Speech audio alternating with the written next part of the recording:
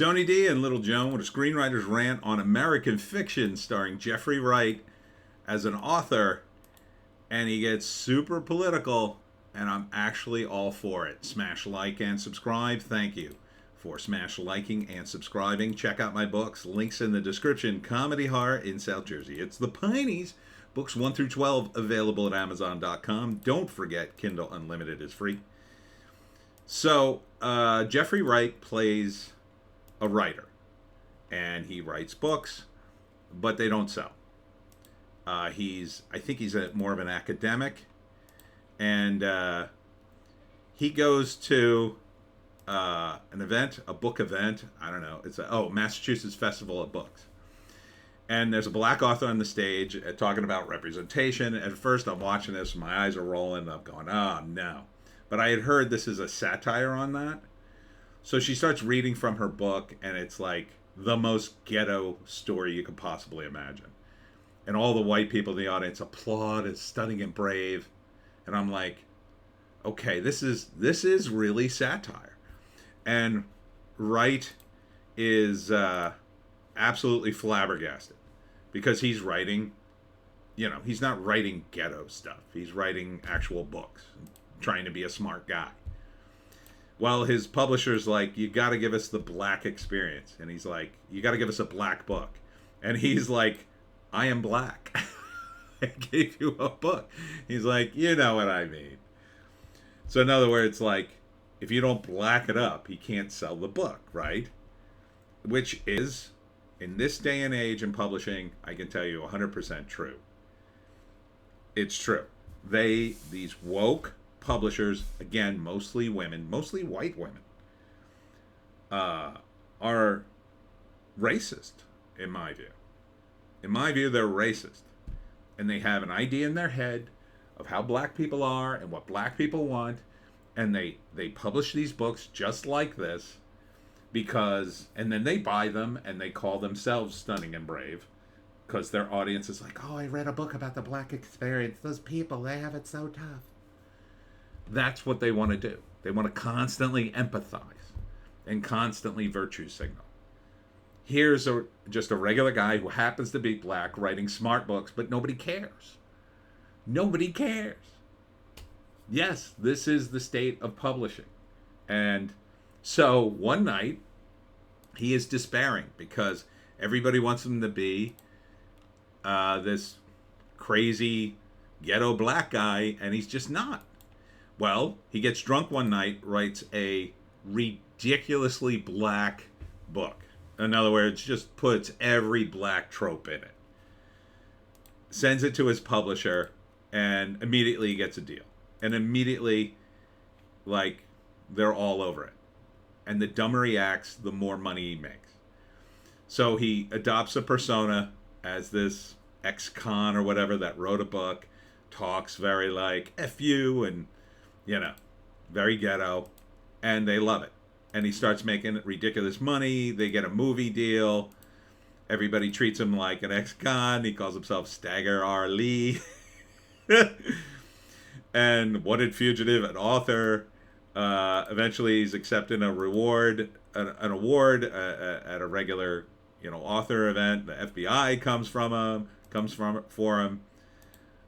So it's a send-up of that. And here they've got the two whitest people in the world talking about how they want to get Michael B. Jordan to play him in the movie. And they want pictures of him in, wearing a do-rag. They can't think of the word do-rag, and he has to remind them. And he's like an academic. It's called American fiction. This is the state of publishing. And I never thought I'd say this, but this looks brilliant. Jeffrey Wright has severe TDS, by the way. He's very left. But this is right on the mark with publishing. Right on the mark. With Issa Rae and Sterling K. Brown. Apparently in this trailer, anyway. Based on the novel Erasure by Percival Everett, written for the screen and directed by Cord Jefferson. Now, I have no doubt that rated R for adult situations. I have no doubt there'll be some, lefty politics in this mix. But I think they're nailing it. I think they're nailing at least that aspect of the book publishing world. And let me rant about that for a minute. Again, it's mostly dominated by women now, and they tend to pick these books that are, they're not books. They're vehicles to virtue signal up to your friends. They're not reading them so they can, I don't know, learn something. They want to learn certain things, right? They want to be tuned in to somebody they can empathize with, and then tell their friends how much they empathize. Oh, I've read this book about these poor people, and I'm so concerned. Look what a good person I am. That's the function of the book. Women, I think, have gone too far with their power in general, and they dominate the book publishing industry, and they've really hurt it. They don't see it yet because women take criticism the wrong way in a lot of cases. Like, men are used to criticism. When you grow up as a man, you are constantly criticized because that's the way men interact. Hey, idiot, you forgot to take the trash out. And then you go, oh, God, I got to go do that. You don't say, well, it wasn't my job. I don't want to touch it. It's icky. You don't say that stuff. But women tend to deflect. Women tend to take criticism more personally because their image is extremely important to them. So they don't tend to take in that criticism. They tend to get upset. And then no one wants to make the women upset, and then they immediately back off, or they get into an argument, and then you don't get anywhere. It takes a while for the criticism to kind of sink in for some women. That tends to be their knee-jerk reaction to criticism. Consequently, I think, takes them longer to get up on the platform of like, oh, this is a bad idea. Yes, we've been telling you for years this is a bad idea. Yes, we've been telling you for years and years you're going down the wrong path. Like, they need the opportunity for it to have gone on so long that they can deflect the blame so wide that when they finally change course, they're not changing course because you criticize them. They're changing course. Well, everybody made that mistake. So that's my rant. Now, you might say that's anti-women. I don't think it is. I don't think that's all women. But I do think women in publishing, at least in my personal experience, it's a business that's full of college-educated, rich people who don't have a lot of connection to the average person. And when you try to push that connection, when you say, no, that's not what the average person's into, they're not interested. They're not interested because they see themselves as elites. They see themselves as above the riffraff, and that they can pick and choose what's good for you. And that tends to be a female trait as well. Sorry, blowing up on the phone. Geez, I'm getting all kinds of messages. Anyhow, so it's very telling to me that finally a movie like this is being made, and you can see just in this trailer, who's to blame? Well, you've got this woman here who's she's not calling out this woman for her book. She's just too busy. She's too ready to call her stunning and brave. Like, that's the whole reason she invited someone like this. You see this woman, she stands up. Oh my God, it's so good. It's so good. They can't wait to compliment you when you write a book like that. That validates all their views and stuff. But to challenge your view, that's a good book. These are books that endure. When books challenge you and go the other direction, that's the books we need. 100 years from now, books like these, there'll be a dime a dozen that nobody will remember them. But a book that challenged the status quo, that everybody hated, they will be remembered. And 50 years from now, those same type of people will turn around and say, oh, I wish I was there to defend this book. No, you wouldn't have. Because you would have been with the majority saying, no, it's bad. And I could probably give you a few examples, but I don't want to go down that path because YouTube, who knows, they'll flag me. Right now, by the way, they're trying to cancel George Orwell, of all people, because I think they're trying to cancel 1984 and Animal Farm, two books that should be read by every school child. But so this movie looks pretty good. I would actually go see this movie. So first act, Jeremy Wright is struggling. You know, he's got new books. The publisher doesn't want it. They're not selling.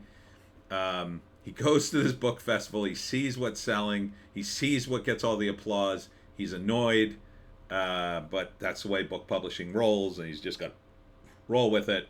His publisher says, we need you to make the book more black. He can't compromise his vision. But he gets drunk one night and writes a ridiculous book by Stagger R. Lee, sends it in, and it gets accepted.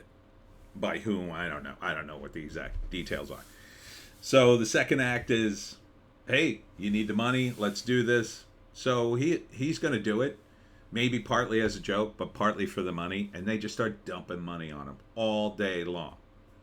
Starts dumping money on him. And then it's about creating a persona. They want to meet the author, so he does a ex-con black guy voice, even though he's an academic. That's pretty funny. That is really funny. And then next thing you know, they're optioning it for a movie. They're trying to get him to interview. Now he's a wanted fugitive, possibly because of the ridiculous backstory he gave them. And I think the book might be called Alcohols. Not sure. And then, it all blows up in his face. And in the third act, he finally comes out and probably gives a big impassioned speech like, I'm not Stagger R. Lee. I'm not an ex-con. I never even gotten a speeding ticket. This is the way you perceive black people. It's not the way people, I don't know if he's going to, it is a send-up of the publishing world. I don't know if he's going to mainly stick to that, or it's going to be he's going to start nailing people with a broader brush and maybe throw CRT in. He may. I don't know. But I do like that he's going after book publishing. And then the third act, of course, he comes out, and now maybe his career is at least partially saved, and now he's got one of his actual books out. Maybe he writes a book about writing this book, about what a satire it was. So I kind of want to see this. But I'm a writer, so I'm totally biased for a storyline like this. Let's see. Oh, good, there's a write-up. American Fiction is Cord Jefferson's hilarious directorial debut in which he confronts our culture's obsession with reducing people to outrageous stereotypes. Jeffrey Wright stars as Monk, a frustrated novelist who's fed up with the establishment profiting from black entertainment that relies on tired and offensive tropes. To prove his point, Monk uses a pen name to write an outlandish black book of his own, a book that propels him into the heart of hypocrisy and the madness he claims to disdain. Interesting. Yeah, I think it's an opportunity to really send up this stuff. It also is an opportunity to push in a bunch of left-wing tropes and call everybody racist, but I think it's more than that. I would give the movie a chance. I'll be very interested to see it when it comes out. It's only in theaters this December. Kind of a weird time to release it. It's a comedy, though. I like that. It's a satire. December, though. That's a rough time. I would have waited. This, to me, feels more like maybe a February movie, Not a lot of people in the theaters in February, but I don't know, December, there's a lot of competition, a lot of stuff out. It's probably going to be forgotten, but it'll probably be an art house release. So I hope I get to see it because I'm very interested in reviewing it. There's a lot of issues here that concern me about book publishing, about race and stuff. Very interesting. All right, that's it for me, Tony D and Little Joan. Check us out on Odysee, Bitchute, and Rumble for our more base takes. I will be at the Delran Historical Society tonight for my talk on how to hunt the Jersey Devil. Hope to see you there. We'll see you in the next one.